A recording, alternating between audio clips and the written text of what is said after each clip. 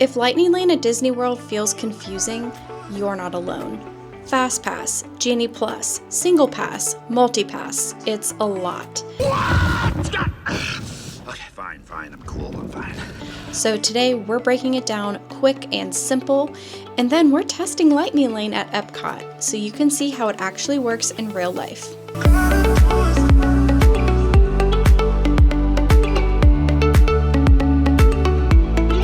Let's start with a quick history because this explains why Lightning Lane exists. FastPass existed from 1999 to 2014. This was the free paper tickets that you grabbed at kiosks. I like to call this the good old days. Then came FastPass Plus from 2014 until 2020. This was a free digital system where you could book 3 rides in advance.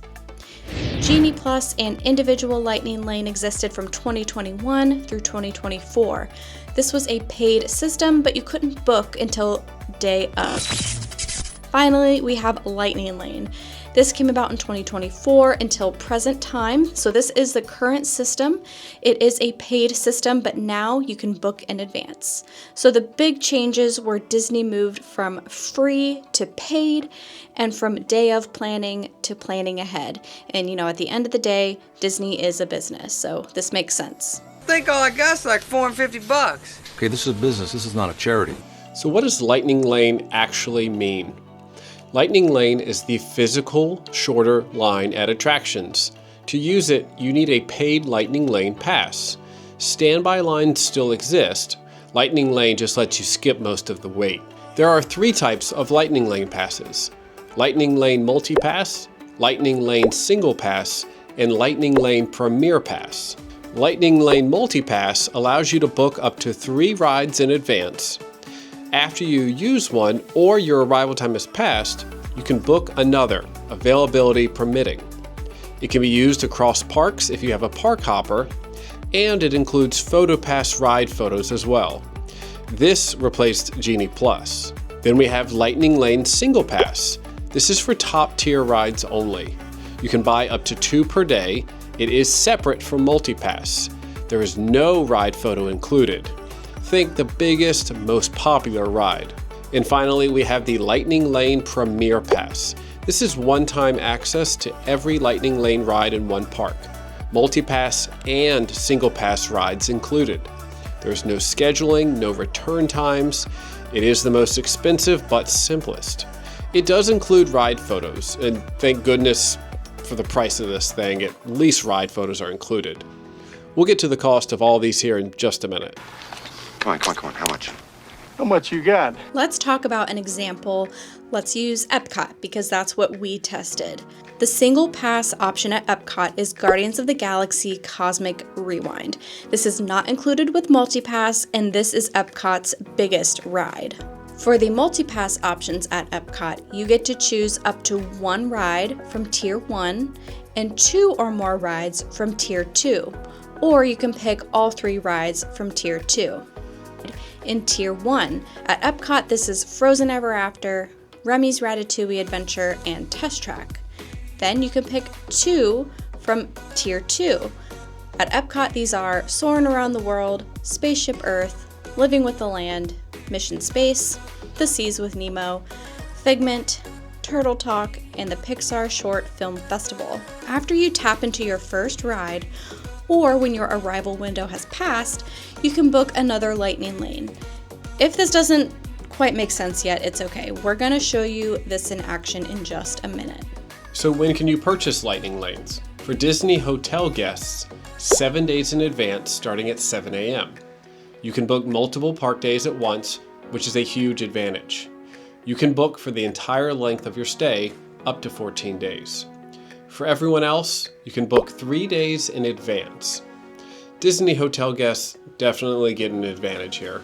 You also must have valid park admission first before booking any Lightning Lanes. So how do you purchase Lightning Lanes? Everything happens in the My Disney Experience app. First, open the app, tap Lightning Lane, pick your date and park, choose your rides and time windows, and then pay and confirm. To ride, just tap in with your Magic Band, phone, or ticket. A few quick frequently asked questions. Are standby lines still available? Yes, you can go in the standby line. You don't need to purchase this at all. You can go stand and wait in the regular line. You don't have to purchase Lightning Lane. Can you use multi-pass and single pass in one day? Yes, you definitely can. Can plans be modified? Yes, you can modify your Lightning Lanes prior to purchasing as well as after purchasing. And the big question here is, what does this cost? Well, it varies by date and by park. It's usually $15 to around $40 or more per person for multi-pass. It ranges anywhere from $12 to $25 per person per ride for single pass.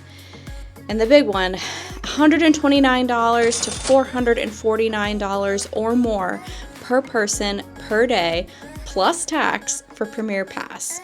Also, just so you know, kids and adults are the same price. Kids under 3 are free. They don't need a park admission and they don't need Lightning Lane. But children aged 3 and up are the same price as adults. Now let's talk real life, because this is where Lightning Lane actually starts to make sense. When you're purchasing, you can modify your selections before you pay. So at first, I played around with things like Test Track, Soarin', Spaceship Earth. Then I went back and checked Remy's just to see what times it would give me. You can also modify the return times before purchasing, which is helpful. What did we end up booking? Once I was happy with the times, this is what I locked in. From 9:10 to 10:10, Living with the Land. From 10:20 to 11:20, Soarin' Around the World. 11:20 to 12:20, Guardians of the Galaxy Cosmic Rewind, Single Pass. And 12:20 to 1:20, Test Track. Once you use one Lightning Lane, the app will tell you that you can check for another available experience, and it will show you the return times. It doesn't send you a notification for anything, but you can open the app to check. Here's how our day actually played out. At 9:15, we rode Living with the Land. Immediately after tapping in, we booked Spaceship Earth for 10:40 to 11:40.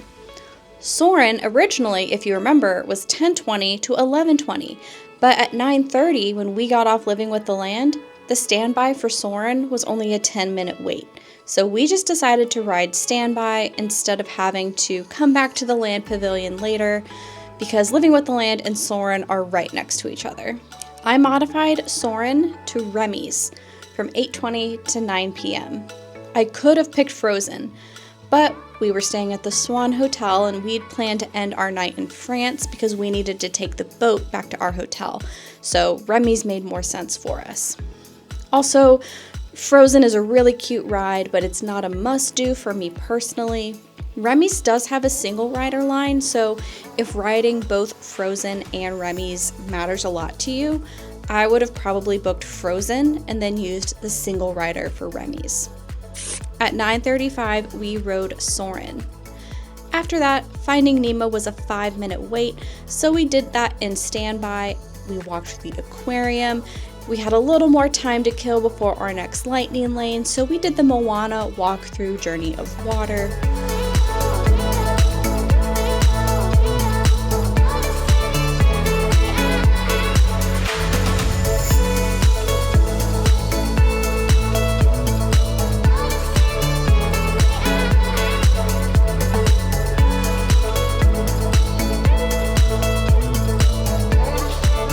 At 10:43, we tapped into Spaceship Earth, and by the time we were looking, Frozen was completely gone at that point.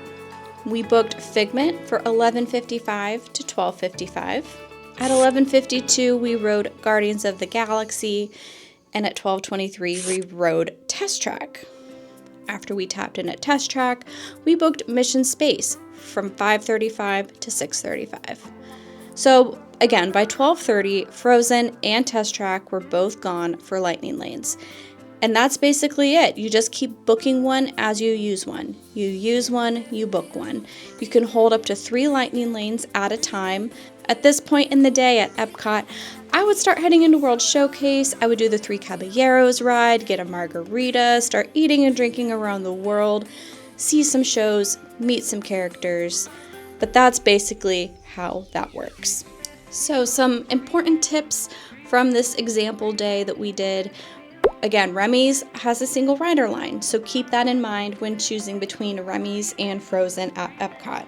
Also, when Lightning Lane mentions FastPass ride photos are included, that is only your on-ride photo. That does not include regular FastPass photos taken by cast members around the park.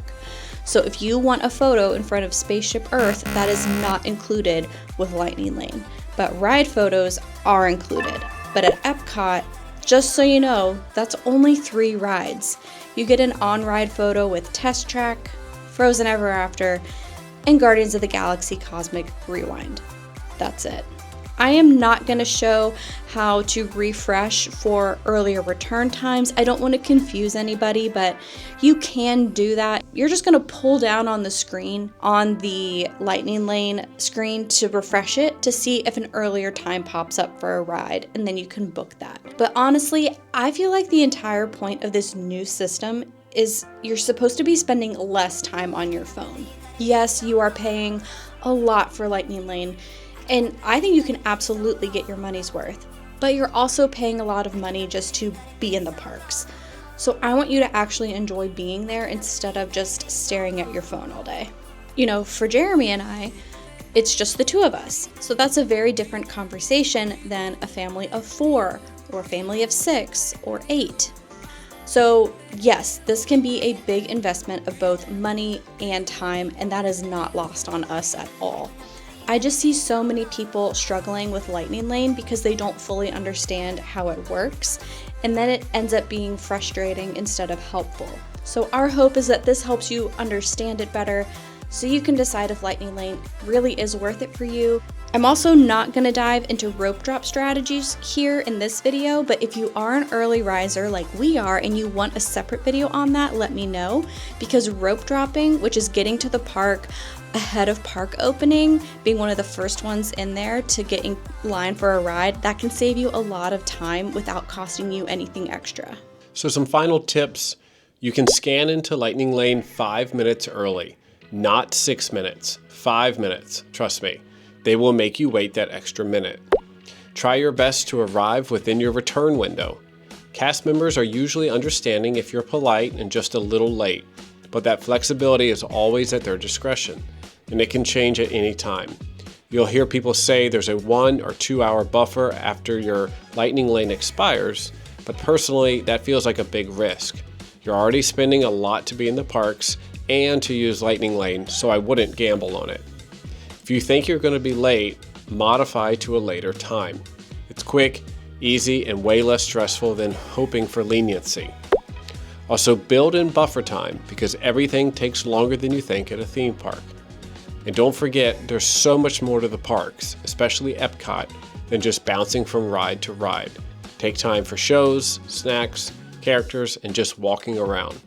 Lightning Lane is a tool you can choose to use, but don't let it run your day. You run the day. Lightning Lane should work for you, not the other way around. So I think it's safe to say that Lightning Lane definitely isn't as simple as FastPass used to be back in the day. But the big win with this is planning ahead and being on your phone a lot less during the day. Testing it at EPCOT absolutely saved us time, especially for the big rides. By 12:30 p.m., we completed the Lightning Lanes for Living with the Land, Spaceship Earth, Guardians of the Galaxy, and Test Track. Plus, not using Lightning Lanes, we also did Soarin' and Finding Nemo. So that's 6 rides in about 3.5 hours, which is pretty impressive. Drop your questions below and let us know which park you want us to test Lightning Lane at next. Please be sure to like and subscribe, and we'll see you at the next adventure.